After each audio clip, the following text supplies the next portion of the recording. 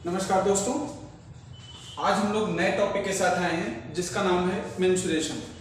Mensuration में आपको जो पढ़ना है वो ज्योमेट्री से रिलेटेड है। जैसे आपने अभी तक जो बात की है वो बात की है ट्रायंगल की, आपने जो बात की है वो बात की है स्क्वायर की, आपने जो बात की है वो बात की है रेक्टेंगल की।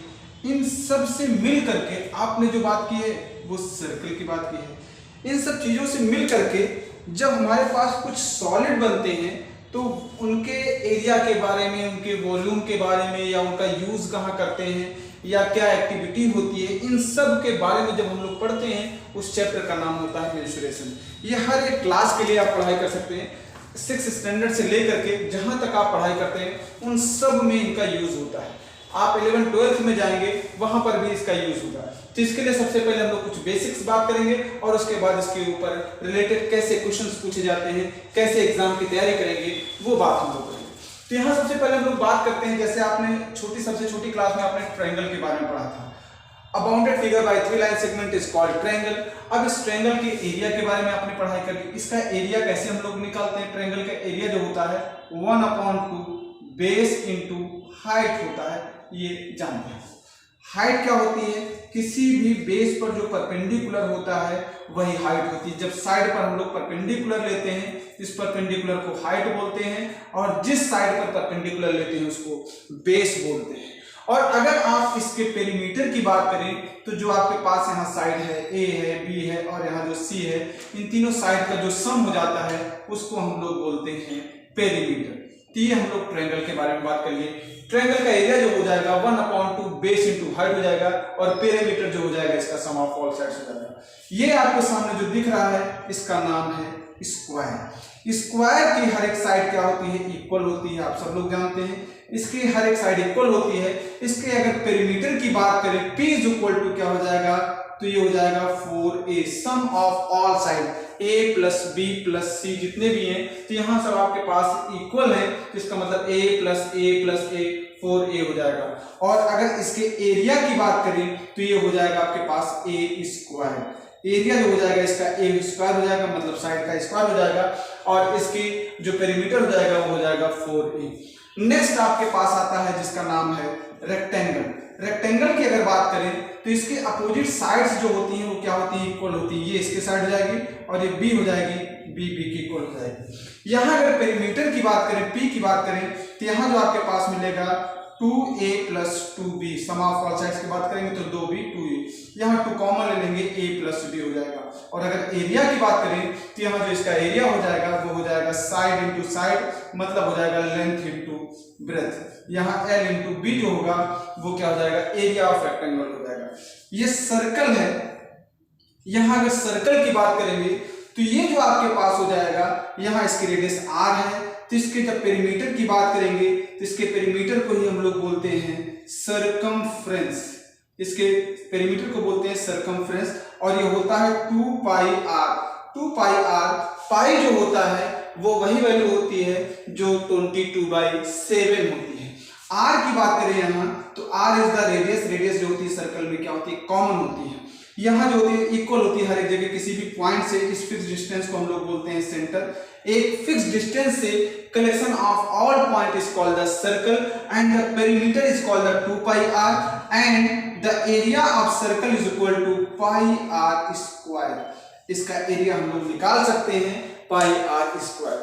यहाँ जो ये फिगर दिए गए हैं आपके पास, ट्रायंगल, स्क्वायर, रेक्टेंगल और सर्कल, ये सब जो होते हैं ये सब 2D होते हैं, 2 डायमेंशन में ही निकालते हैं। मतलब यहाँ जो है, जो आपका अर्थ है वो अर्थ का जो सरफेस पर जब बात होती है केवल, तो वो 2 डायमेंशन होता है, लेकिन जैसे उसमें हाइट आती है वैसे उसको हम लोग 3 डायमेंशन बोलते हैं। तो यहाँ जब आप ट्रायंगल की बात कर रहे हैं, यहाँ जब रेक्टेंगल की बात कर रहे हैं, यहाँ जब स्क्वायर की बात कर रहे हैं, यहाँ जब आप सर्कल की बात कर रहे हैं, तो हर एक जो आपके पास फिगर यहाँ दिया गया है, यहाँ इन सब का एरिया और पेरीमीटर आप निकाल सकते हैं इन फॉर्मूलों से।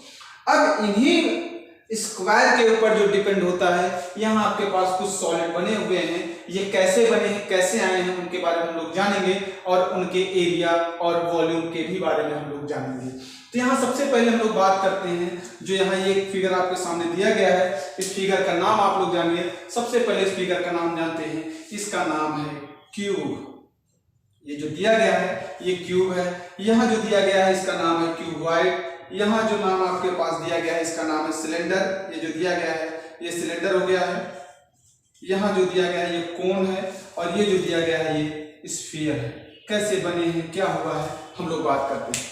जो आपके सामने यहाँ क्यूब दिया गया है, अगर एक स्क्वायर के ऊपर स्क्वायर आप रखते जाएं, स्क्वायर के ऊपर स्क्वायर रखने का मतलब क्या हो जाएगा कि इसकी जो लेंथ है वो भी क्या है, a है, इसकी जो ब्रेथ है वो भी क्या है, a है। और अगर यहाँ लेंथ ब्रेथ और अगर रखते जाते हैं और उसकी जो हाइट बनाएं, कुछ इस तरह से बनाएं कि उसकी हाइट जो हो जाए वो भी क्या हो जाए, a ही हो जाए। तो यहाँ जो आपके पास आएगा वो क्यूब बन जाएगा। जब लेंथ ब्रेथ और हाइट तीनों इक्वल होती हैं, उस फिगर को, उस शेप को हम लोग क्यूब बनाते हैं। ये एक सॉलिड होगा। यहाँ सॉलिड में जो क्यूब बन रहा है, स्क्वायर के ऊपर स्क्वायर अगर आप रखते जाएं और इतनी हाइट तक ले जाएं कि जितनी उसकी लेंथ ब्रेथ है उतनी ही अगर उसकी हाइट हो जाए। देख रहे हैं यहाँ स्क्वायर सब साइड का इक्वल है, इसी स्क्वायर के ऊपर स्क्वायर थे। जो क्यूब खेलते हैं देखते हैं वो इसी के फॉर्म में होता है। जो लूडो खेलते हैं, डाइस जो होता है वो डाई भी इसी फॉर्म में होता है। तो क्या क्या मिलता है यहाँ से, यहाँ हम लोग जब इसकी बात करते हैं तो कुछ फिगर्स की बात करते हैं। सबसे पहले जो फिगर इसके सामने आ रहा है क्यूब, क्यूब की अगर हम लोग बात करें तो सरफेस एरिया की बात करेंगे। सरफेस एरिया दो तरह का होता है। एक सरफेस एरिया होता है जिसका नाम होता है curve surface area. Curve surface area ये वो आपके पास होता है 4a स्क्वायर। क्या मतलब होता है कर्व सरफेस एरिया, या इसी को बोलते हैं हम लोग CSA। CSA जो होता है 4a स्क्वायर होता है। किसी भी क्यूब में अगर, या आप किसी कमरे में बैठे हैं, अगर वो क्यूब के फॉर्म में है तो चारों दीवारों का जो एरिया होता है, जैसे दीवार फर्स्ट सेकंड थर्ड फोर्थ दी गई है, अगर इनकी लेंथ और ब्रेथ और हाइट अगर सेम है तो इसका जो एरिया हो जाएगा वो हो जाएगा a स्क्वायर। यहाँ पर भी a स्क्वायर, फ्रंट पर भी a स्क्वायर, राइट में भी a स्क्वायर, तो हो जाएगा 4a स्क्वायर। लेकिन अगर इसमें सीलिंग भी ऐड कर लें और फ्लोर भी ऐड कर लें तो इसको हम लोग बोलेंगे टोटल सरफेस एरिया, या इसी को बोलते हैं TSA, और ये हो जाएगा 6a स्क्वायर। एक a स्क्वायर आपका फ्लोर हो गया और दूसरा आपका सीलिंग हो गया, तो उसमें 2a स्क्वायर जुड़ जाएगा और ये क्या हो जाएगा, 6a स्क्वायर हो जाएगा। और साथ ही साथ इसके वॉल्यूम की अगर बात करें, इसका जो वॉल्यूम हो जाएगा वो क्या हो जाएगा, लेंथ ब्रेथ हाइट का मल्टीप्लिकेशन। तो तीनों सेम ही हैं। लेंथ का मतलब हो जाएगा a, ब्रेथ का मतलब a, हाइट का मतलब a, और ये हो जाएगा a स्क्वायर।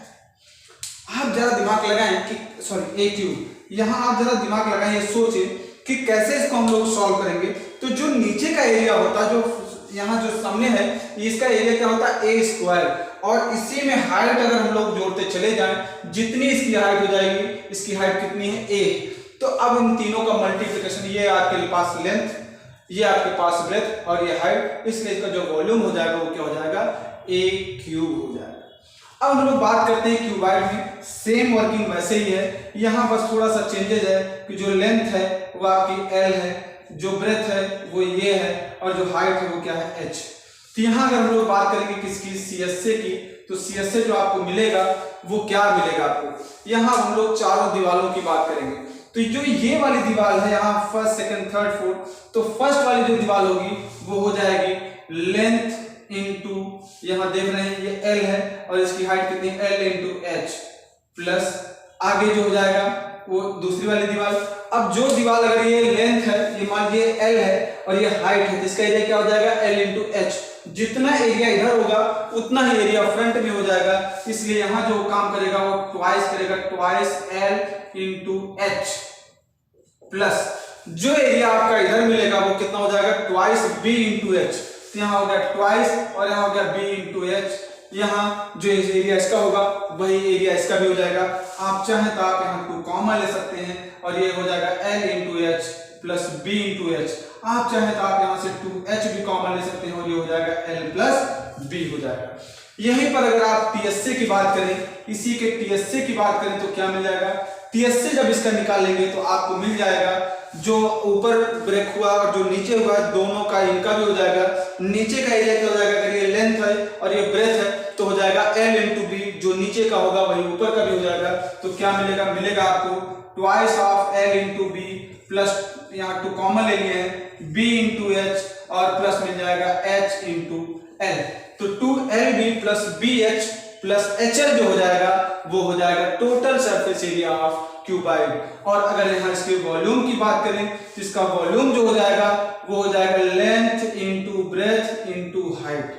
जो एरिया आपका नीचे शेप का होगा उसी में किससे मल्टीप्लाई कर देंगे, उसके हाइट से मल्टीप्लाई कर देंगे। यहाँ पर भी आप देख रहे हैं नीचे का एरिया कितना है a स्क्वायर और उसमें एक a से मल्टीप्लाई कर दिया a क्यूब। यहाँ जो वॉल्यूम आएगा length into breadth into height. ये रटने वाली चीज नहीं है, बेसिकली आप लोग कोशिश करते हैं कि हम फॉर्मूलों को रट लें, रटिए मत, उनके कॉन्सेप्ट को समझिए। जब कॉन्सेप्ट आपके समझ में आ जाएगा तो आप किसी भी तरीके से क्वेश्चन को सॉल्व कर सकते हैं।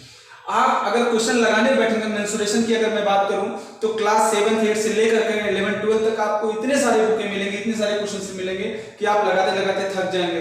लेकिन अगर आपके पास कॉन्सेप्ट क्लियर है आपका तो और अगर आप निकालने उसको समझने की क्षमता रखते हैं तो किसी बुक का क्वेश्चन होगा कोई फर्क नहीं पड़ेगा।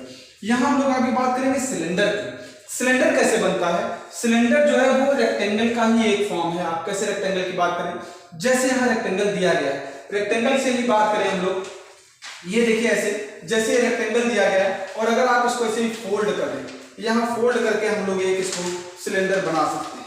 जो ये सिलेंडर बन रहा है ये एरिया अगर इसकी बात करें तो इसकी एरिया वही होगी जो सिलेंडर की है। आप देखिए इसको हम लोग अगर फोल्ड कर दें इस तरह से, यहाँ इस तरह से, तो ये जो बन रहा है ये पहले तो रेक्टेंगल था लेकिन फोल्ड करके हम लोगों ने जैसे इसको 3D बनाया वैसे ही किसके फॉर्म में आ गया, सिलेंडर के फॉर्म में आ गया।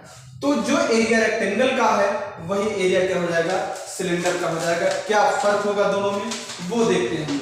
तो कैसे निकालेंगे, यहाँ आपके पास देखिए, इसी को समझाने की कोशिश करता हूँ। यहाँ आपके पास रेक्टेंगल दिया गया है, रेक्टेंगल को जब आपने ऐसे ही फोल्ड कर लिया है तो क्या मिल जाएगा आपके पास, ये पहले जो था ये अगर बात करें ये रेक्टेंगल है और यहाँ जो आपके पास ये ब्रेथ हो गई है और ये क्या हो गई है, ये लेंथ हो गई है। अब हमने इसको ऐसे ही फोल्ड कर दिया, जो मैंने बताया आपको ये ऐसे रखा हुआ, ये ब्रेथ हो गई और ये लेंथ हो गई। अब इसको फोल्ड कर दिया तो जो ऊपर आपको मिल रहा है, यहाँ जो सर्कल बन रहा है वो सर्कल अब आपका सरकमफ्रेंस जो यहाँ बना रहे थे सरकमफ्रेंस इसका बनेगा और वो क्या हो जाएगा 2πr हो जाएगा। मतलब जो ब्रेथ है वो कन्वर्ट हो रही है किसमें, ये कन्वर्ट हो रही है 2πr में, और जो लेंथ है ये कन्वर्ट हो रही है किसमें, हाइट में कन्वर्ट हो रही है। और पहले जो इसका एरिया था किसका, रेक्टेंगल का एरिया था वो था लेंथ इंटू ब्रेथ। और यहाँ जो आपके पास जो आपके पास सिलेंडर बन रहा है फोल्ड कर रहे हैं तो लेंथ की जगह आप h रख देंगे और जो आपके पास ब्रेथ है उसकी जगह हो जाएगा 2πr। तो यहाँ अगर हम लोग सिलेंडर की बात करेंगे, यहाँ हम लोग CSA की बात करेंगे, CSA जो हो जाएगा वो हो जाएगा 2πrh। ये h जो है हाइट बन गई है और यहाँ जो आपके पास r है वो रेडियस ऑफ ये हो गया। अब आप देखें, मैं इसी पेपर से फिर समझाने की कोशिश करता हूं। आप अभी तक ये रेक्टेंगल इस फॉर्म में था और जब इसको आपने फोल्ड कर दिया तो वो कुछ इस फॉर्म में हो गया, लेकिन ये तो CSA की बात हो गई।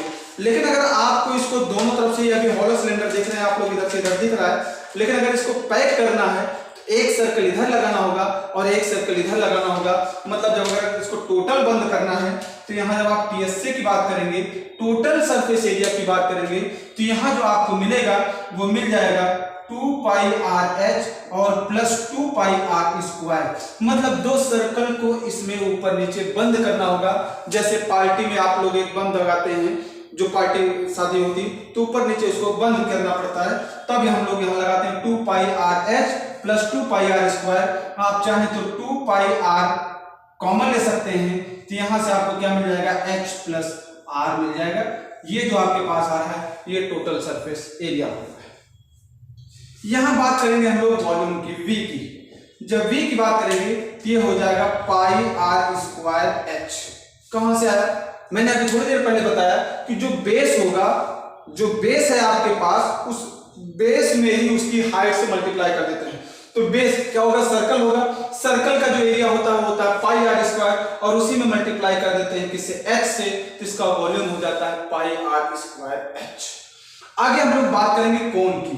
कोण जो बनता है वो कैसे बनता है, कोण जो बनता है यहाँ हम लोग बात करेंगे इधर कि अगर आपके पास एक रेक्टेंगल राइट एंगल ट्रायंगल है उस right angle triangle A B C यहाँ है, और अगर आप इसको फोल्ड कर दें, अगर आप इसको रोटेट करा दें किसको, बीसी को, तो बीसी जब रोटेट होगा तो यहाँ नीचे बेस में एक क्या बन जाएगा, एक सर्कल बन जाएगा नीचे। जैसे बर्थडे कैप आपको दिखती है, तो बर्थडे कैप जो आपके पास आती है वही सेम आप कोन कह सकते हैं। तो क्या इसमें करना है हमको यहाँ इसके सीएसए की बात करनी है। तो इसका सीएसए होता है pi r l. R is the radius, h is the height and l is the slant height. तिर्यक ऊंचाई जो होती है, स्लैंट हाइट जो होती है, उसको एल बोलते हैं। इसका सीएसए होता है पाई आर एल। और यहाँ अगर टोटल की बात करें, जैसे कैप निकालते हैं, बर्थडे कैप निकालते हैं, तो जो कैप दिखती है वो क्या होती है, सीएसए होती है। लेकिन अगर आप आइसक्रीम की बात करें, कोन की बात करें, एक बटर स्कॉच मान लीजिए आइसक्रीम खाते हैं, तो जैसे खरीदते हैं वैसे खाने के लिए सबसे पहले उसमें से एक पेपर निकालते हैं जो कि सर्कल के फॉर्म में होता है, उसको उठा करके फेंक देते हैं। जब तक वो लगा होता है, पूरी आइसक्रीम ढकी होती है, इसका मतलब उसका टीएसए होता है। तो टीएसए जो हो जाएगा वो पाई आर एल तो रहेगा ही, लेकिन उसको ढकने के लिए ऊपर एक सर्कल को लगाना होगा जिसको हम लोग बोलेंगे पाई आर स्क्वायर। तो यहाँ जो आपके पास होगा पाई आर कॉमन ले लेंगे तो एल प्लस आर, ये जो हो जाएगा ये आपका total surface area of cone हो जाएगा। जो सीएसए होगा वो पाई आर एल होगा, और जो टीएसए होगा वो पाई आर एल प्लस आर हो जाएगा। आगे इसी के वॉल्यूम की बात करें, इसके वॉल्यूम बी की बात करेंगे, तो यहाँ जो बी होगा, बी वही होगा जो सिलेंडर का 1/3 होगा, मतलब 1/3 pi r square h. 1/3 pi r square h, it is the volume of cone. सारे फॉर्मूलों को आप दिमाग में बिठा दे, चलिए कहां से आ रहे हैं, अगर आप भूल भी जा रहे हैं तो याद करेंगे तो जनरेट हो जाएंगे। आगे हम लोग बात करेंगे स्फीयर की। स्फीयर का जो सीएसए होता है वो इक्वल होता है टीएसए के, ये दोनों आपस में इक्वल होते हैं, और ये होता है 4 pi r square. 4 pi r square is the CSA and TSA of sphere. और साथ ही साथ यहां हम लोग बात करेंगे किसकी, अगर इसके वॉल्यूम की, B इज इक्वल टू होता है 4/3 pi r cube. 4/3 pi r cube. तो सीएसए टीएसए दोनों बराबर होते हैं, लेकिन अगर इसके वॉल्यूम की बात करें तो यहां होता है 4 पाई आर क्यूब। साथ ही साथ हम लोग थोड़ी सी और बात करते हैं, एक और जिसको हम लोग बोलेंगे हेमीस्फीयर। यहां मैं और एक बात बता रहा हूं, हेमीस्फीयर। हेमीस्फीयर की अगर बात करेंगे तो यहां इस तरह का एक शेप आपको मिल रहा है। यहां जो मिलेगा, आप एक कटोरी की बात कर सकते हैं, जैसे घर में कटोरी है, तो यहां जब हम लोग बात करेंगे सीएसए ऑफ हेमीस्फीयर की बात करेंगे तो ये हो जाएगा 2 पाई आर स्क्वायर। पूरा कंप्लीट जो होता है 4 पाई आर स्क्वायर, और इसका हाफ जब कर देंगे तो क्या हो जाएगा 2 pi r square. 4 pi r square का हाफ 2 पाई आर स्क्वायर। और जब इसके टीएसए की बात करेंगे तो इसका जो टीएसए होगा वो क्या होगा, यहाँ आपके पास जो कटोरी है उसको ढकने के लिए प्लेट की जरूरत होगी, और वो प्लेट किस फॉर्म में होगा, वो एक सर्कल के फॉर्म में होगा। तो यहाँ तो आपके पास 2 पाई आर स्क्वायर तो रहेगा ही, 2 पाई आर स्क्वायर तो रहेगा ही, साथ ही में 1 पाई आर स्क्वायर और जोड़ देंगे, ये हो जाएगा 3 pi r square. It is the TSA of hemisphere. और अगर वॉल्यूम की बात करेंगे, बी की बात करेंगे, तो यहाँ 4/3 पाई आर क्यूब आ रहा है, यहाँ जो आपको मिल जाएगा वो मिल जाएगा 2/3 पाई आर क्यूब।